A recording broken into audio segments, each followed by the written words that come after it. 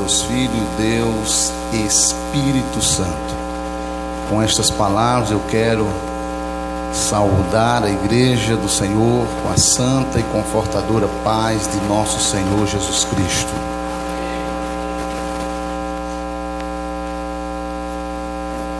Somos gratos a Deus nessa noite em poder estarmos reunidos com este propósito tão grande que é trabalhar com o que há de mais importante na face da terra, que é a família. No entanto, eu confesso que muitos de nós temos falhado com a nossa missão de, na verdade, constituir famílias. Infelizmente, irmãos, nós não temos como prioridades verdadeiras alguns fatores importantes na vida cristã. Quero inicialmente louvar a Deus e poder encontrar um bom número de crianças, de jovens do culto, uma igreja jovem, e que uma igreja que precisa, na verdade, ser trabalhada para o crescimento e fortalecimento dos laços familiares. Se nós não tivermos cuidados, em pouco tempo, uma grande avalanche que tem tentado destruir as famílias, ela irá conseguir produzir muitos estragos na vida das nossas e das futuras famílias que estão se levantando. Nós vamos observar que há muitas pessoas que pensam que casamento vem pronto, que família vem pronto. Nem quando você casa com a viúva ou com o viúvo, a família não vem pronta, né? A família é uma construção, né? O casamento é uma construção, mas muitos de nós ainda não nos adaptamos a podermos entendermos esta real necessidade da construção da família. Quando nós olhamos para a Bíblia, para o contexto daquilo que Deus ele quer trazer para nós, e parece que a gente não nos detemos nesta grande preocupação em formar verdadeiramente jovens, melhor crianças, adolescentes, jovens e futuramente famílias formadas. Nós vamos observar que desde o princípio de todas as coisas, Deus ele instruiu a Moisés com a preocupação da formação da família. E aí a gente pode levar os jargões que temos ouvido. A família é muito difícil. Casamento é muito difícil. Todo o tempo foi, todo o tempo existiu e todo o tempo sobreviveu. O grande dilema é que nós, na verdade, muitas das vezes não queremos gastar tempo. Nós não queremos instruir. Nós não queremos, na verdade, às vezes cedermos para termos uma melhor situação familiar dentro de casa. Eu sei que todos nós já ouvimos aquela história: quando um não quer, dois não brigam. Mas às vezes a gente sabe disso e por causa de nada, às vezes começamos contenda dentro dos nossos lares. E olhando para a Bíblia no princípio, quando Deus instrui, e eu procurei em todo o contexto do Antigo Testamento, onde Deus formou uma igreja, eu não encontrei em canto nenhum. Deus nunca formou igreja no Antigo Testamento. A igreja é fruto da história da graça do Novo Testamento. Mas em toda a estrutura do Antigo Testamento, Deus sempre preservou as famílias. Quando Deus ele chama Abraão, ele é enfático em dizer: Abraão, você vai ter que deixar a sua família, porque nós vamos formar outra família. E você vai para um lugar onde você não sabe, eu não vou lhe dizer onde é, eu não vou lhe dar nenhuma promessa além de que você será uma grande nação. E Abraão saiu sem, na verdade, um destino próprio. Mas por que estou trazendo à memória a ação de Abraão? É que quando Deus faz a promessa a Abraão de dar a ele um filho, e dizer que ele seria uma grande nação, Abraão acredita, Abraão sai. E quando ele sai diante da situação, agora Deus diz para ele: eu quero seu filho como sacrifício. E Abraão pega o menino e vai para o monte Moriá para sacrificá-lo. E quando Abraão sobe ao monte Moriá, Moisés, e chega lá, Isaac olha e diz: pai, tudo bem, tem o altar, tem a lenha, tem o cutelo, tem o fogo, mas cadê a ovelha para o sacrifício? Cadê o novilho para o sacrifício? Então nós entendemos que Isaac ele conhecia muito bem aquilo qual o seu pai ensinava, aquilo que o seu pai havia aprendido. Hoje, irmãos, infelizmente, os nossos filhos sabem mexer no iPad, no tablet, no iPhone, no telefone, smartphone, mas pergunta o versículo da Bíblia que poucas crianças sabem recitar. Mande cantar um hino que ele sabe cantar um bocado de música, menos os hinos que na verdade nós somos instruídos para aprendermos. E o que isso na verdade tem a ver conosco? Tem a ver que nós precisamos construir famílias. Precisamos edificar famílias. E quando nós falamos de família, nós precisamos entender que elas precisam serem construídas em cima e com base de características saudáveis.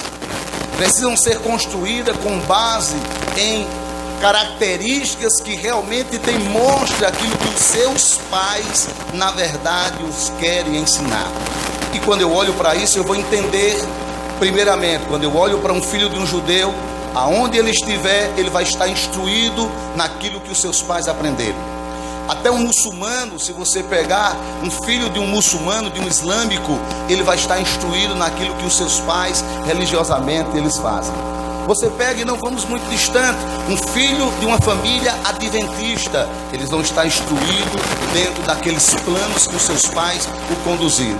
E eu pergunto, por que é que nós não conseguimos? Eu pergunto por que é que as nossas famílias, às vezes, Moisés, ele disse que uma expressão, e a gente com base observa isso, quantas mães e quantos pais não estão chorando porque criaram os filhos na igreja e hoje estão nas drogas. Por que estão nas drogas? Não é o mundo, não é o mundo, somos nós que falhamos na educação que demos aos nossos filhos. É na verdade as ações de quem na verdade eles estão se desenvolvendo. Você conhece os amigos dos seus filhos?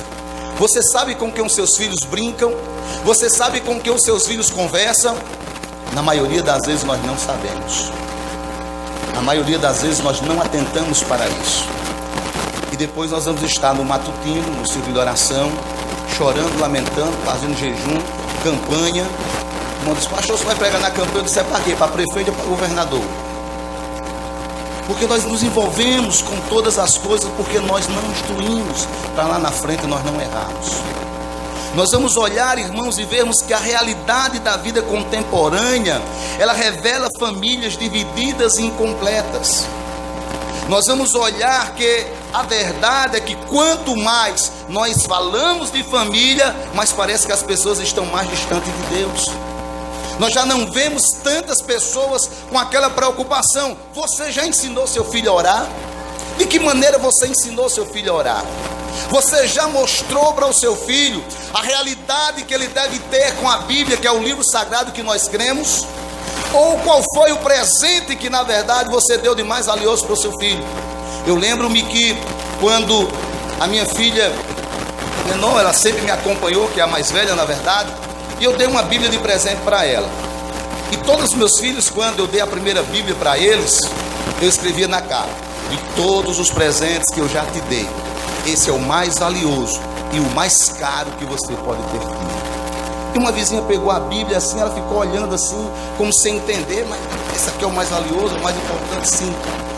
Porque escrito estava lá na página, porque neles contém palavras de vida eterna. O maior presente que você pode dar não é o último smartphone que saiu. O melhor presente que você pode dar não é o melhor brinquedo que a estrela, se ainda existe, ainda vai lançar. O melhor presente é a instrução que você pode levar no seu filho para um futuro pleno diante da presença de Deus. Nós vemos, irmãos, em nossas igrejas, a inquietude, a conversa, o tempo de culto que na verdade não se valoriza em uma ministração de ensino para que nós na verdade saiamos, e quando saiamos da igreja, nós saiamos com a certeza de que ouvimos uma palavra e vamos colocá-la em prática em nossas vidas. Pais e mães que às vezes saem de casa, o pai na frente, a mãe atrás, um arrasta o filho para um lado, outro para o outro, e às vezes nem mesmo as próprias crianças entendem por que eles andam daquela forma. E de vez em quando ele para, olha para trás, anda mulher, senão a gente vai se atrasar. Então, na verdade, poderia passar. Minha mulher diz que eu ando muito rápido, realmente eu ando muito rápido. Quando eu vou caminhar, as pessoas acham que eu estou correndo, eu estou andando, né? Mas é um estímulo comum, na verdade, que nós temos. Mas nós estamos falando, irmãos, da constituição, da formação, daquilo que nós dizemos. Nós dizemos que a família é a coroa da criação, e Deus assim o falou, que ele disse que era muito bom. Nós dizemos que a família é o maior projeto de Deus, mas o que a gente mais valoriza é a casa que a gente tem, é o carro que a gente vai comprar, se no final do ano vai trocar. E na verdade nós não estamos preocupados com as nossas famílias. Nós estamos preocupados em que escola nossos filhos vão estudar, mas muitos dos nossos filhos nem para a escola dominical ele vem, não aprende a palavra de Deus. Nós estamos preocupados com o curso de inglês, porque ele tem que ter uma língua especial. Se ele vai ser missionário, é bom que ele aprenda duas, inglês e espanhol, porque talvez seja algo importante. Mas nós não estamos preocupados com isso. Nós estamos preocupados se os nossos filhos, eles querem ser doutores, advogados, se eles querem ser engenheiros, porque na verdade nós não valorizamos o ministério. O pastor Adelaide estava dizendo, eu tenho a mesma dificuldade, está aqui uma bateria, mas não tem um tocador, que eu não vejo tocando, se eu não sei. Talvez tenha um teclado, ele ficou aqui babando com Moisés tocando, porque ele queria um tecladista, não tem. Por que nós não temos? Porque nós não formamos. Vá na Cristã do Brasil que você vai ver que desde as crianças aos adultos, eles vão aprender música, e não vão aprender música como a gente aprende de ouvido, eles vão aprender com partitura. Se nós queremos, nós precisamos formar. E nós não temos constituído isso. Às vezes nós olhamos para, e desculpem-me as adolescentes, as crianças de 7, 8 anos dizendo, fulano pediu para namorar comigo. Mas no pé do vidro resolve no instante você namorar. Porque às vezes nem aprendeu ainda caminhar diante da presença de Deus, não sabe o que é a vida, mas já está sendo instruída a um sentimento que na verdade, irmãos, quem começa a namorar cedo só começa a sofrer mais cedo. Não pense que é outra coisa. Quem começa a namorar mais cedo é quem mais começa a sofrer cedo. E na verdade, às vezes nós nem ensinamos também isso aos nossos filhos. A minha filha começou a namorar com 15 anos, 14 anos. Interessante que a gente sempre foi muito aberto com os nossos filhos. Eu era dirigente do Alto Branco na época, e teve um grupo de louvor lá, bendito grupo de louvor, né? Que foi lá onde ela arrumou o primeiro namorado. E aí ela chegou para mim com aquela história, sentou, disse, pai, eu tô querendo namorar. Eu disse, mas minha filha, senta aqui, vamos conversar essa história. Namorar, minha filha, você está terminando o 2º grau, vai entrar na universidade, para que namorar? Você vai perder tempo. Aí eu comecei o sermão, né? Entrei em Gênesis, terminei Apocalipse, entrei numa coleção de livros de teologia, filosofia, falei tudo, passei quase 2 horas falando, e ela olhando para mim. Quando eu terminei, eu disse, minha filha, você ainda quer namorar? Disse, quero, pai. Eu disse, que tempo perdido, pai. Mas na verdade, irmãos, graças a Deus que ela começou a namorar, mas só casou quando na verdade terminou o curso universitário, tinha uma casa já para morar, pensava em trabalhar para poder fazer isso. E na verdade eu sempre instruí, eu sempre disse a minha esposa, meu filho, às vezes eu vou trabalhar, você vai trabalhar para quê? Não, porque ganhar um dinheiro para ajudar na casa, está faltando o quê? Nada, então por que você está podendo me ajudar? Eu não estou pedindo ajuda. Porque às vezes, irmãos, a gente pensa em ganhar dinheiro, mas esquecemos de cuidar o que é mais valioso, que é do nosso lar. É cuidar dos filhos que têm sido terceirizados na mão de pessoas. Quantas pessoas, histórias você já não ouviu? De cuidador que dá nos idosos, de cuidador que dá nas crianças. Coisas, irmãos, que às vezes minha carne treme quando eu vejo na televisão uma situação de pessoas que ganham para cuidar das crianças e estão batendo, estão maltratando aquelas que dão o pão de comer a eles que trabalham. E por quê? Porque nós terceirizamos as nossas famílias e deixamos na mão, na verdade, de quem não recebeu as mesmas instruções que nós. Nós vamos olhar, meus irmãos, que quando as famílias se afastam de Deus, torna-se mais difícil manter as famílias e, consequentemente, os casamentos. Você já percebeu que os casamentos de hoje duram pouco? Muitos casamentos, o povo já casa, se não der certo, a gente separa. Parece que é uma coisa que não vale nada, e às vezes não entende quem vai sofrer na conjunção de tudo isso. Eu não sei quantos aqui na verdade tiveram o desprazer de ter os seus pais separados. Eu não sei quantos filhos ou adolescentes ou jovens que têm o desprazer de não ter o privilégio de sentar com a mãe e o pai porque eles já não vivem mais juntos. Tudo isso fruto de afastamento de Deus. Ah, pastor, mas hoje na igreja, porque também não é crente. Tem muita gente dentro da igreja, mas que não se converteu ainda. Tem muita gente que ingressa no ministério, sou obreiro. Tu é um obrado, porque na verdade não aprendesse nem ainda domesticar, domar, ensinar a tua família. A Bíblia diz que primeiro a gente precisa aprender a domar a família, para que depois a gente comece a administrar a igreja de Deus. Nós vamos olhar, irmãos, e vermos que se nós pararmos para uma ação conjunta do que nós entendemos, por exemplo, não sei aqui, os irmãos, eu não tenho essa besteira, mas eu vejo, todo ano tem gente que tem que pintar a casa, está chegando o final do ano, tem que pintar a casa. Não, e a casa tem bastante de reforma, beleza? A situação comum de entendermos. E isso só vai, na verdade, a gente acha bonito quando a gente posta na internet. Eu vejo o povo lá com a figurinha do pai orando e a criancinha de lado. Ai, que coisa linda, maravilhosa. E você faz isso? Quantas vezes seu filho viu você de joelho orando? Quantas vezes seu filho viu você com a Bíblia aberta lendo? Quantas vezes você sentou com a sua família para estudar a palavra de Deus? Quantas vezes você sentou na mesa, todo mundo só come, depois todo mundo sentar e orar? Se nós não ensinamos, nós nunca teremos a família que nós desejamos. Você quer uma família assim? Amém? Quem não quer, não tem problema, quer direitos iguais de querer ou não. Mas nós só vamos ter se nós, na verdade, formos em busca de fazermos aquilo que nós desejamos. Deus abençoe os irmãos, em nome de Jesus. As casas têm manutenção, elas têm ações de reforma, os carros precisam de manutenção, o ser humano precisa ir no médico fazer exames, anuais ou semestrais, porque dependendo da idade, da condição comum. Mas nós não paramos ainda para entender que as famílias e os relacionamentos, eles também precisam de manutenção. Quantas vezes você para com sua família para dizer, vamos parar aqui 2, 3 dias para descansar, repousar, ou vamos tirar umas férias aqui de uma semana. Às vezes, irmãos, nós passamos tempo sobre tempo e somos nós mesmos quem destruímos as nossas famílias, por não pararmos para entendermos que as famílias, o ser humano, ele precisa de manutenção, de reforma. Eu entendo que não é encarar nenhuma situação com pessimismo, é encarar com realismo. Eu entendo, irmãos, que às vezes alguns ventos eles sopram na vida de cada um de nós. Também nas palavras de Moisés, quando ele falou, no deserto não é lugar da gente estar, exato, a gente passa por ele. Eu aprendi mais uma frase com o pastor Zé Carlos segunda-feira. Pastor, como é que o senhor está? Eu estou lutando, vencendo e caminhando. Porque se você tiver uma vitória hoje, entenda, amanhã vai começar a nova luta. Aquela já passou. Nunca vai parar na nossas vidas a luta. Eu estava ouvindo ontem à noite o pastor Roberto lá em João Pessoa. Estávamos lá na EBO. Ele estava falando a respeito de algumas situações do aprendizado. Ele disse, olha, eu tenho 54 anos, faz 50 anos que eu estudo, não parei de estudar ainda. E eu fiquei pensando, pensa num trauma grande que a gente tem.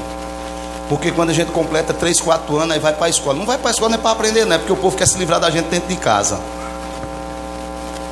E tem pai que ainda acha pouco, aí bota naquela creche que é o dia todo. O que é que ela está fazendo em casa? Nada. Está só lá mesmo em casa esperando o marido chegar. Mas o menino está no berçário, que é para não ter trabalho. Minha filha, se você não quer trabalho, para quem inventou ter menino? Se você não quer ter trabalho, para quem inventou de casar? Casamento, na verdade, é uma construção sem fim. Todo dia a gente coloca um tijolo, todo dia a gente faz um reboco, todo dia a gente faz uma pintura. E quando chega no final da tarde, tem que tomar um banho para se limpar e começar tudo de novo no outro dia. Os ventos sopram, as tempestades se levantam. Mas eu quero lhe dizer que mesmo que um furacão ele passa na sua vida, passe na sua família, e como a gente vê na Califórnia, alguns países aí destrói tudo, mas é possível, mesmo diante disso, diante de todas e quaisquer possibilidades, para que sejam reconstruídas para a glória do nome do Senhor. Quando nós olhamos para isso, nós vamos ver, primeiramente na expressão de Deus falando para Moisés, e há ações que Deus manifesta a Moisés, no capítulo 6 de Deuteronômio, no capítulo 11 de Deuteronômio, eu vou ler 11. Quando Deus ele manifesta aí, dizendo a ele: pôde, pois, estas palavras nos vossos corações, na vossa alma, e atai-as por sinal à vossa mão, para que esteja por testeira entre os vossos olhos. Ensinai a vossos filhos, falando delas assentado na igreja. Amém? Amém não, está escrito assim: em tua casa. Mas a gente quer colocar essa imposição para a igreja. A menina que cuida das crianças não está fazendo nada. E você está fazendo o quê? Que não educou seu filho para trazer para a igreja, para ele ser educado na igreja. A escola está educando, é o lugar onde o menino aprende palavrão, na escola. Você quer transformar o seu filho num demônio, bota ele numa escola que tem bem muito menino ruim. Ele vai chegar em casa pior do que aquele diabo da Tasmania que no desenho animado sai comendo tudo. E para você mudar, irmãos, leva tempo. Um palavrão que o menino aprende na escola, para você tirar da cabeça dele, vai durar semanas e olhar se você conseguir. Porque a Bíblia manda que a gente ensina os nossos filhos em casa, andando, sentado. Escreva na porta, escreva na testeira. E isso os meninos sabem fazer muito bem. Quem não tem um artista em casa, né? Dê um lápis grafite ou de pintura a ele e deixa ele perto da parede. Você vai ver como ele vai fazer um desenho maravilhoso. Deus estava dizendo: eduque, ensine os seus filhos. Ele diz: ensinai a vossos filhos, falando delas o quê? A palavra. E aonde? Na tua casa, andando pelo caminho, deitando-te, levantando, escreve-a nos umbrais da tua casa e nas tuas portas. Nós temos falhado, irmãos, na educação das nossas famílias, na formação das nossas famílias. E como aqui é uma igreja muito jovem, tem poucos que na verdade poderiam olhar. Nem o pastor Adelaide, né? Tem só o cabelo branco, mas é um menino, viu, da minha idade. Mas quantos filhos o senhor tem? Só 2. A minha mãe teve 7, minha avó teve 16. Ah, pastor, não é mais época. Por que não é? Porque a gente não tem mais controle sobre a família. Nós não temos mais os mesmos patamares dos nossos pais. Que quando a gente, preste atenção, irmãos, isso é algo importante para a gente poder ouvir e colocar em prática. A gente está susceptível a vir para a igreja, escuta e sai da igreja e pratica as mesmas coisas. Não era diferente. Sabe o que era diferente? É que os nossos pais tinham moral. É que a nossa mãe tinha moral. É que ele dizia não sai, a gente não saía. Ele dizia não faça, a gente não fazia. E se a gente inventasse de fazer, ele dizia, sabe o que é que ele fazia? Deixa eu dizer a vocês. Isso aqui é a bandeira do Brasil, meu filho. Se você não cantar direitinho o hino nacional, já viu. Eu não morri, estou aqui com 47 anos, vivinho da Silva. Só que a gente deixou, na verdade, de instruir. Ah, pastor, isso é o tempo antigo, por isso que as famílias estão do jeito que está. Passasse na frente do pai, conversando com o mais velho, para ver onde é que você levava um pataco na cabeça. Entrasse na conversa. Menino hoje pode estar conversando, aí ele chega, não é assim não. Cala a boca, menino. Deus estava dizendo para nós, irmãos, e continua dizendo. Nem ler porque o tempo já está extrapolado. Mas Jesus vai nos dar a ideia de fazer o ato de formação. Jesus vai falar de uma construção. Era a mesma casa. Eu vou dizer com os mesmos materiais, com a mesma formação. O que diferenciava as casas era a estrutura de fundação dela. Uma estava fundamentada sobre a pedra, sobre a rocha, e a outra estava montada e criada sobre a areia. As mesmas condições que vêm, porque aqui, irmão, quem é que recebe salário mínimo diferente aqui? Quem é que recebe salário mínimo diferente? Salário mínimo, quem recebe diferente? Ninguém, porque salário mínimo é salário mínimo, não tem diferença não. Você pode receber 2 salários mínimos, 1,5 salário, mas salário mínimo é salário mínimo. E o salário mínimo que vale na sua casa, vale na minha, de qualquer um. Então, Jesus estava falando da condição da formação, daquilo que na verdade nós teríamos que ter como responsabilidade do que Ele tinha colocado em nossas mãos. Você já parou para pensar que Deus está dizendo para nós que os filhos são herança? Você já entendeu que herança não é o que lhe pertence, é o que alguém confiou em suas mãos? E que você vai prestar conta diante de Deus dessa herança que Ele lhe deu? As mesmas condições que foram para a casa da rocha, foram para a casa da areia. Se você é crente assim como eu, a sua família está debaixo da mesma proteção, do mesmo Deus, do mesmo Senhor, da mesma palavra. Então a família de fulano não pode ser melhor do que a minha, porque a gente tem essa ideia também. A família de todo mundo é boa, só não é boa a minha. Família nem para tirar fotografia não presta, a sua, a minha presta. Todo ano eu tiro uma bem bonita. Porque nós não aprendemos ainda a valorizar o que é nosso. Só o que presta é dos outros. E Jesus disse que vinha as intempéries, as dificuldades, os problemas. Tem alguma família aqui que não tem problema? Se levantar a mão, já vou ficar orando por você, porque já é um problema não ter problema. Porque todos nós temos problema. Todos nós, irmãos. Eu tenho 30 anos de casar, 33 anos de convivência, tenho 47 anos apenas, tenho 3 filhos, mas ele tem 29 anos. E o meu filho mais novo tem 21 anos de idade. Cursa direito. Todo dia me aperreia para querer fazer seminário, porque ele quer ser pastor. Eu disse, vai, agora você vai ser pastor como eu fui. Negócio de seminário para estar desvirtuando a mente, o casamento, o pensamento da mente dos jovens, eu não quero para minha família. Acaba vai crendo no seminário e volta desviado. Essa é a realidade que nós estamos vivendo, irmãos. Essa é a realidade que nós encontramos de um quadro de uma igreja que tem perdido os reais valores dos fundamentos da palavra de Deus. Nós não instruímos, na verdade, os nossos filhos para serem verdadeiros adoradores a Deus. Nós chegamos na igreja, nós não ficamos quietos, passamos o tempo todo conversando, andando, tomando água e o banheiro. Imagine se os banheiros das igrejas fossem bonitos. Porque às vezes tem uns banheiros que eu tenho até vergonha de ir neles nas igrejas. Porque na verdade eu nunca fui em banheiro de igreja. Só um dia que eu tive uma descontrole, eu tive que correr lá. Porque eu acho que o banheiro na igreja é apenas para uma emergência sutil diante disso. A igreja é o lugar para a gente vir, para adorar, exaltar. São 1h30, no máximo 2 horas. Mas nós não conseguimos parar esse tempo para dar o nosso melhor para Deus. Nós vamos olhar, irmãos, que o grande problema, e a gente observa no que Jesus diz, olhando para o fundamento, Jesus fala de uma ação que nós denominamos de projeto. Qual é o projeto que você tem para o seu futuro? Qual é o projeto que você tem para um casamento? Semana, uma jovem da igreja foi me procurar, pastor, está aqui, meu namorado, eu quero namorar. Eu sentei com eles para a gente conversar. Qual é o seu plano? Porque na minha volta aqui não tem esse negócio de namorar para estar de chameguinho para cá e para lá. Que crente tem que namorar para casar. Você quer casar? Ele chegou e ficou com os olhos assim olhando para mim. Você é, meu filho? Porque é um chamego tão grande de jovens dentro da igreja, de pessoas dentro da igreja.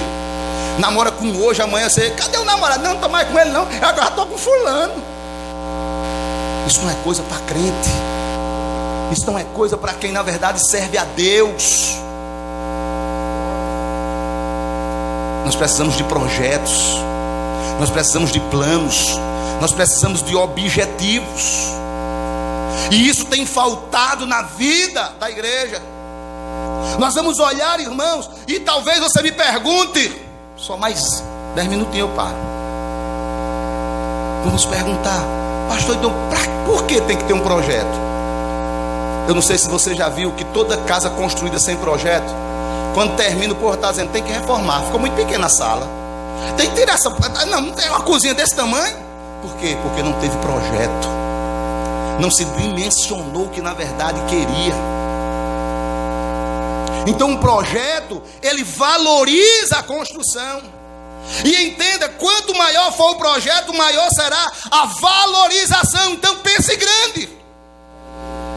Porque mesmo que você não possa construir o seu projeto total, você pode construir uma parte, mas você sabe que tem uma outra que resta se dar o acabamento, deixa tudo prontinho, está lá, tranquilo. Aí você diz, agora terminei esse, vou começar outro. mas você está planejando. Quando nós falamos de projeto, nós falamos de economizar tempo. Quem tem projeto não perde tempo.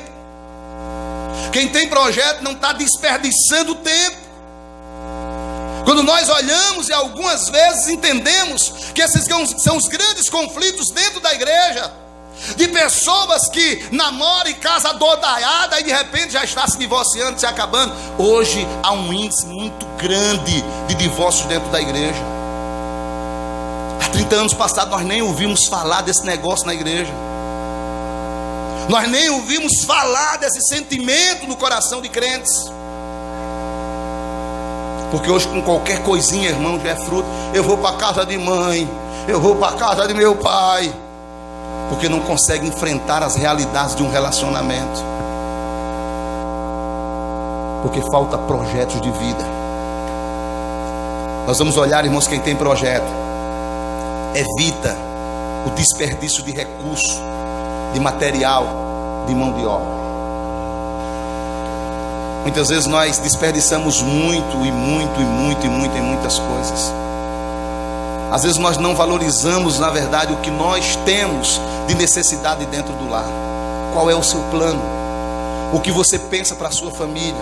O que você pensa para os seus filhos? O que você pensa para o seu próprio relacionamento? Quanto tempo de relacionamento? Já tenho 20 anos. E o que é que mudou no seu relacionamento? Às vezes a gente faz culto de família, encontro de casais, faz encontros separados, e a gente não vê transformação e mudança na vida das pessoas. Por qualquer coisa, chega em casa aí, já chega na cozinha, já queimou a carne, não, pegou aqui na panela. Eu mesmo que não quero essa carne queimar, já começa uma briga por causa do negócio dele. Eu nunca briguei por causa de comida, tá aí minha esposa para dizer. Eu nunca reclamei nem da comida. Eu posso até não comer toda, mas pelo menos balanço lá. Nunca reclamei. Meu filho quer comer o quê? Meu filho, o que você fizer. Se encher a barriga, se não tiver nada, faça cuscuz. Porque às vezes a gente cria problemas com coisas pequenas dentro do nosso lar. Nós já temos tantos problemas, irmãos. Nós já temos tantas situações que nos envolvem. E às vezes nós criamos problemas onde nós não deveríamos ter problemas. Eu não tenho problema se eu for sair e ela estiver deitada ou dormindo de manhã. Eu vou lá na tábua de passar ferro, pego o ferro, passo minha camisa, passo minha calça, boto nos couro, desapareço quando eu chego. Estava onde? Estava no sítio, estava lá na laneira, estava lá em cima. Sem problemas. Por que é que eu vou ter que ter problemas com coisas pequenas? Nós vamos olhar, irmãos, que quando nós temos projeto, isso gera o quê? Gera um planejamento. Eu quero ter um filho, beleza. Qual é o plano que você tem para esse filho? Qual é o objetivo? Qual é a estratégia? O que você tem de orçamento para isso? Às vezes está a barriga saindo pela boca e não tem nada para o menino. Sim. Você planejou? Você ouçou a situação? Eu sei que acontecem situações inesperadas. Eu fui, vou dizer, estou dizendo porque o que eu estou dizendo eu estou vivendo. Quando a minha primeira filha foi nascer, ela com 6 meses de gravidez, a minha esposa, nós não tínhamos uma fralda. Naquele tempo não era descartável, isso é coisa de luxo. Era de pano. Cocô e mijo era lavado pela mãe, botado pendurado para ficar branquinho e botar de novo. Era do tipo daquele, botava na fralda. Ainda bem que ele ia ter mãe por aqui. Porque hoje tem muita mulher que não sabe o que é broche, não. E quem trocava as fraldas da minha filha era eu, porque várias vezes que a mulher ia botar, ela furava a menina. Mas tem uma situação que Deus é aquele que cuida de nós em todos os estágios das nossas vidas. É a situação de que Deus, Ele sabe que às vezes nós também vacilamos e erramos diante de situações. Mas nós precisamos aprender, irmãos, a projetarmos, a planejarmos aquilo que na verdade desejamos. Quem aqui deseja famílias melhores? E o que você está fazendo para que ela seja melhor? Nós queremos, nós estamos fazendo o que para que elas sejam melhores? O que é que nós estamos fazendo para que as nossas famílias sejam melhores? Você já viu a história que só quem não presta é o outro? Conheço a história de uma irmã, não vou dizer assim, lá na cidade de Areia, está Tá longe, né? O senhor conhece, pastor? Também, seu Rio. Crente. E aí, eu culto da família. Vamos ver a irmã Maria. Irmãos, eu quero pedir oração. Que o meu marido, só Jesus. Ô, homem que não vale nada, não presta para nada. 26 anos, todo culto, quando dizia assim, vamos ouvir. Quem levantava? Meu marido. Culto da família, meu marido. Aí um dia, de repente o pastor estava lá. Irmão, nós hoje vamos ouvir aqui um testemunho. Quem levantou? O marido dela. Porque às vezes, irmão, nós só apontamos os defeitos e o erro dos outros. Eu sou cheio de erros, de defeitos, mas até aqui a minha esposa tem me entendido. E eu já disse a ela, quando eu ficar brabo, não fique mansa não, fique brava também. Porque às vezes, irmãos, existem situações que os polos iguais, eles não podem, na verdade, se atrair. Não tem fogo. Só tem fogo se os polos forem diferentes. Positivo e negativo se juntando é que dá fogo. Então nós não temos como, na verdade, relacionarmos ações aonde as pessoas são iguais. Ninguém é igual. Ninguém é igual. Todos nós somos diferentes. E é nessas diferenças que nós juntamos e formamos o que nós denominamos de família. Nós vamos olhar dentro dessa perspectiva, irmãos, que um casamento construído sem projeto de vida, ele não tem segurança, ele é sem forma, ele é sem beleza, ele é vazio, ele é sem significado, e a história é sempre a mesma. Se não der certo, a gente se separa. Mas separou por quê? Incompatibilidade de gênio. Pior que depois de 15, 20 anos de incompatibilidade de gênio. Por que não deu incompatibilidade de gênio quando estava namorando? Por que não deu incompatibilidade de gênio quando estava noivo? Só dá depois que casa. Nós vamos olhar e observarmos que quando nós temos um projeto, esse projeto ele gera excelência. E a excelência no projeto faz com que nós tenhamos compromisso com aquilo que na verdade nós vamos executar. Se você não quiser ter dor de cabeça, escute bem.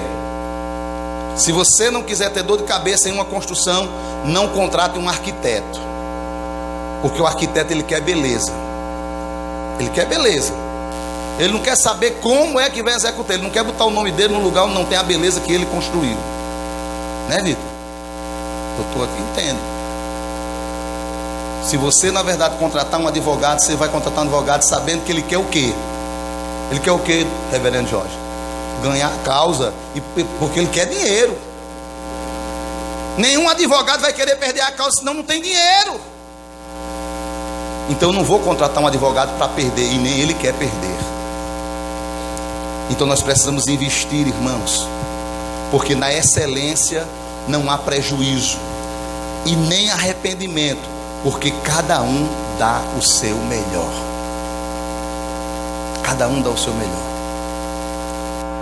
Nós vamos observar, e eu encerro, irmãos, porque a dinâmica era para um tempo mais longo,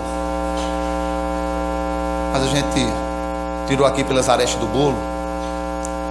E como eu disse, eu nunca reclamei de nada na minha casa.